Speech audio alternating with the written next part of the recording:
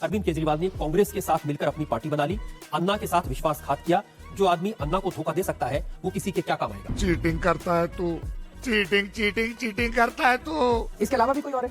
बहुत है, अभी तो शुरुआत है। रजनी क्या बात कर रहे हैं? ठीक है सर, मेरे को जवाब देना पड़ेगा। अगर आप मेरे को जवाब देने देंगे तब तो मैं आप जवाब दे नहीं रहे, आप तो दूसरी बात के बारे में बात कर रहे हैं। फिर ऐसे तो काम नहीं चलता। ऐसे ही काम चलेगा।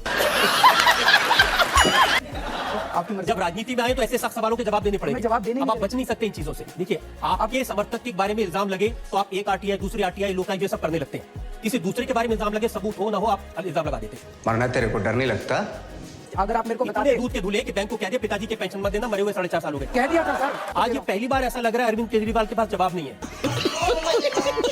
देखिए, आप अपना मन बना बैठे हैं आज। आप अपना मन बना बैठे अब हैं। ये भी आर्गुमेंट नहीं चलेगा अरविंद जी। जनता बैठी है, सबके सामने मैं कागज दिखा रहा हूँ, सवाल पूछ रहा हूँ, आप कह रहे मन बना बैठे हैं। पिक्चर चालू करो बे।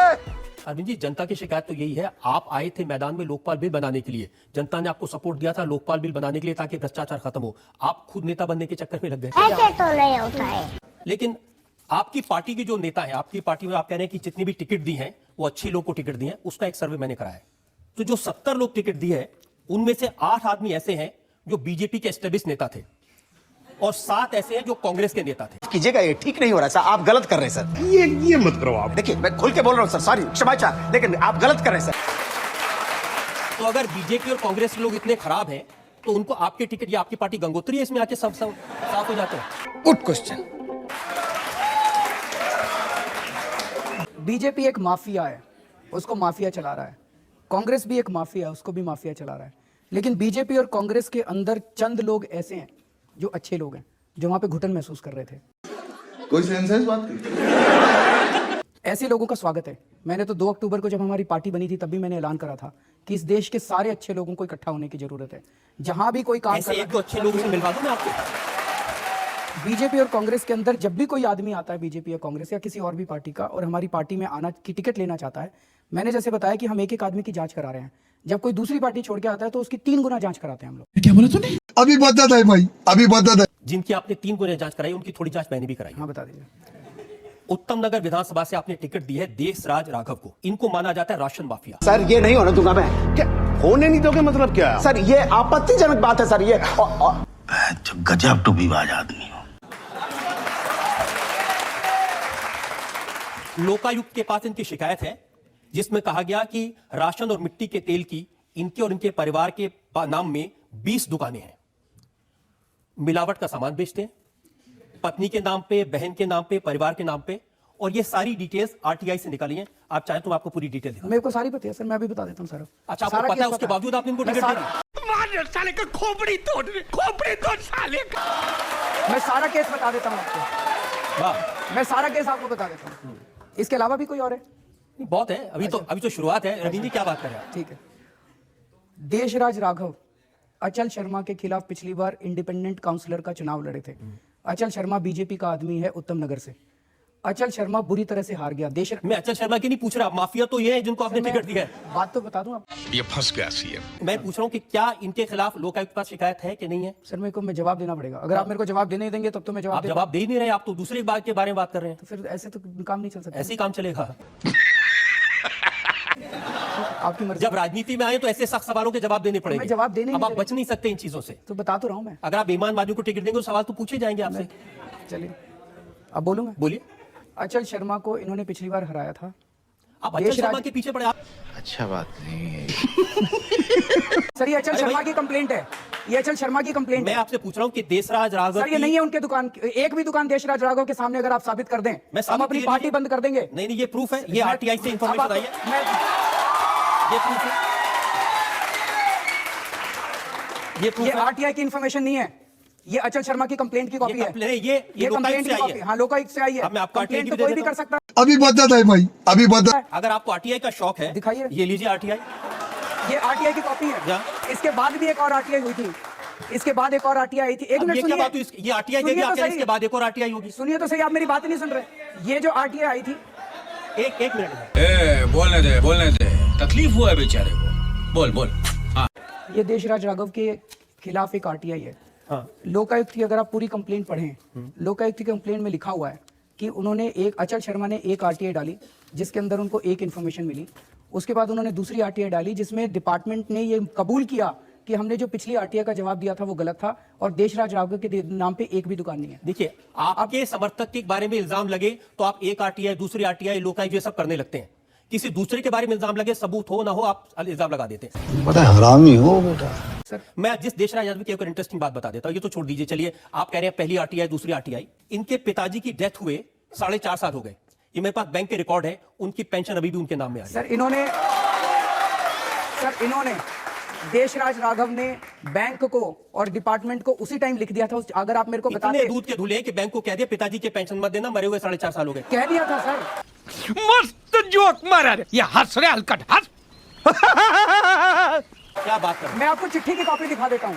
मैं आपको चिट्ठी की कॉपी दिखा ये देता बैंक की हूँ। कॉपी है, अभी हाल ही इसमें में से- बैंक में जमा हुए पैसे। अगर आप मेरे को पहले बताते, मैं वो सारे सबूत लेके आ जाता अब आपके पास। आप पहले आदमी जो मुझे कह रहा है आपकी अदालत में आया तो मुझे पहले बता देता क्या करना है। तो सर अगर आप ये डॉक्यूमेंट्स दिखा रहे थे, ये तो वन साइडेड डॉक्यूमेंट्स है ना, ये तो वन साइडेड डॉक्यूमेंट्स आपने भी मैं आपको काउंटर देने के लिए तैयार जब लोगों पर इल्जाम लगाए हैं ना, तो वन साइडेड डॉक्यूमेंट पर लगाए हैं। इतने तेजस्वी लोग हैं हमारे पास। हाँ तो सर आप तो उसके बाद आप जब प्रेस कॉन्फ्रेंस करते हैं जिसके खिलाफ में, उसको पहले बता देते हैं मैं आपके खिलाफ ये बोलने वाला हूं, जवाब लेके आ जाओ। ऐसा तो नहीं हो सकता। नहीं तो ठीक है भाई, अब तो जनता तय करेगी। हाँ बेटा, लगता है तुम गू खा के ही मानोगे। देखिए, मैं आपको बता और दीजिए। एग्जांपल बताता हूं। करोल बाग से आपने विशेष रवि को टिकट दिया है, उनके भाई चकित रवि अभी 26 अगस्त को किडनैपिंग के इल्जाम में पकड़े गए जेल में। मार साले का खोपड़ी तोड़ साले का। इनकी कैसी बात कर दें गोल जी भैया कर दें। खत्म, bye bye, tata, goodbye. Harish Awasthi, Vinod Kumar, बड़ी लंबी लिस्ट है ऐसे उम्मीदवार। अब आप क्या करेंगे? जिन उम्मीदवारों के खिलाफ इल्जाम है, जिन उम्मीदवारों के खिलाफ भ्रष्टाचार के आरोप हैं, जिन उम्मीदवारों के खिलाफ या उनके भाई के खिलाफ क्रिमिनल केस है, उनको उम्मीदवार बना रखेंगे या हटा देंगे? सर ये हम सारी जांच कर चुके हैं। ये सारे डॉक्यूमेंट्स आपके पास वन साइडेड आप ही डॉक्यूमेंट्स जांच करते हैं, आप ही फैसला करते हैं, आप ही उम्मीदवार।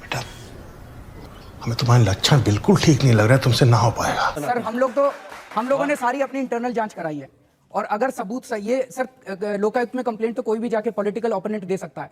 हमारे जितने भी कैंडिडेट्स हैं उनके खिलाफ कोई भी जाके कंप्लेंट दे देगा और फिर ये दिखाएगा जी देखो लोकायुक्त में कंप्लेंट है, लोकायुक्त में कंप्लेंट है। भाई हम भी तो देखेंगे ना कि आप तो कंप्लेंट में कुछ बिल्कुल ये सब दोगलापन, मैं तेरा दोगलापन ना उतारता हूँ। मनमोहन सिंह की तरह बात कर रहे हैं। मनमोहन सिंह तो बोलते मैं ही तो नहीं है, मैं तो ईमानदार बहुत हूं, बोल रहा मेरे हूं। ये लोग कंप्लेंट कर देते हैं, मुझे क्या पता इसमें क्या है। मैं थोड़ी कह रहा हूँ मुझे क्या पता, मुझे पता है, मैं सारे जवाब तो दे रहा हूँ आपको। आप सुन ही नहीं रहे जवाब। कहां जवाब दे रहे हैं आप? अब मैं सारे जवाब तो आज दे ये रहा हूं। पहली बार ऐसा लग रहा है अरविंद केजरीवाल के पास जवाब नहीं है। अच्छी बात बोली, आपको अच्छी लगी तो ऐसे थोड़ा मार दीजिए हाथ, आप थोड़ा सा मार दीजिए। आप जो मर्जी कह लीजिए कि हाँ ठीक है मेरे पास जवाब नहीं, आप कह लीजिए। नहीं, मेरे भाई कहने से आप क्या है? भाई आप देखिए, आप अपना मन बना बैठे हैं। आज आप अपना मन बना बैठे अब हैं। ये भी आर्गुमेंट नहीं चलेगा अरविंद जी। जनता बैठी है सबके सामने, मैं कागज दिखा रहा हूं, सवाल पूछ रहा हूं, आप कह रहे हैं मन बना बैठे हैं। अगर मन बना बैठा हो तो आपको बुलाता क्यों, आपसे सवाल क्यों पूछता? सर अब जो आपके पास डॉक्यूमेंट्स हैं ये सारे वन साइडेड डॉक्यूमेंट्स हैं। एक एक केस की हम लोग जांच कर चुके हैं और जांच करने के बाद हम लोग सारे डॉक्यूमेंट्स देख चुके हैं। जांच करने के बाद हम किसी भी हालत में करप्शन से कॉम्प्रोमाइज नहीं करेंगे। सर मैं एक ही चीज कहना चाहूंगा, देशराज राघव के नाम पे दुकान अगर है, आज मैं आपके टीवी चैनल पे बोल रहा हूँ, सारे देश की जनता देख रही है, अगर एक भी दुकान के कागज आप देशराज राघव के नाम पे ला के दे दें, मैं आपको आज यहाँ पे कह रहा हूँ कि 1 घंटे के अंदर उसकी टिकट कैंसिल कर देंगे। बस नहीं। मैं आपको बस ये कहना चाहता हूँ, उसके नाम पे एक भी दुकान नहीं है। नहीं, अब ये मत कहिए ना, नहीं है, आप नहीं, यहाँ रुक मैं- जाइए। अच्छा मैं आ रहा हूँ, हाँ, आ रहा हूँ, एक मिनट थोड़ा सा बोल लेने दीजिए। चलिए मैं इसको थोड़ा सा क्वालिफाई कर लेता हूँ स्टेटमेंट को जो आप कह रहे हैं। जो हमारी जानकारी है, हमारी जानकारी के मुताबिक उनके नाम पे एक भी दुकान के कागज नहीं है। लेकिन अगर उनके नाम पे एक भी, देशराज राघव के नाम पे इसमें 8 दुकानों की लिस्ट है कि 8 दुकानें उनके नाम पे है, एक भी दुकान देशराज राघव के नाम पे निकल आई, हम उसकी टिकट कैंसिल कर देंगे। बस यही तो आपसे जनता उम्मीद करती है कि अगर जनता की शिकायत आए उस पर आप ध्यान दें। और सिर्फ देशराज नहीं, मैंने बहुत सारे और भी नाम बताए, उनका भी जरा ख्याल करिएगा। चूतिया बनाया तुमको। अरविंद जी, आपने भ्रष्टाचार के सवाल उठाए हैं, आपने सरकार पर भी इल्जाम लगाए हैं, लेकिन आजकल एक फोन आता है बहुत सारे लोगों को मोबाइल पे, उसमें कहा जाता है मैं अन्ना और अरविंद केजरीवाल की लीडरशिप में इंडिया अगेंस्ट करप्शन के साथ काम करता था, लेकिन अरविंद केजरीवाल ने कांग्रेस के साथ मिलकर अपनी पार्टी बना ली, अन्ना के साथ विश्वासघात किया। जो आदमी अन्ना को धोखा दे सकता है वो किसी के क्या काम आएगा?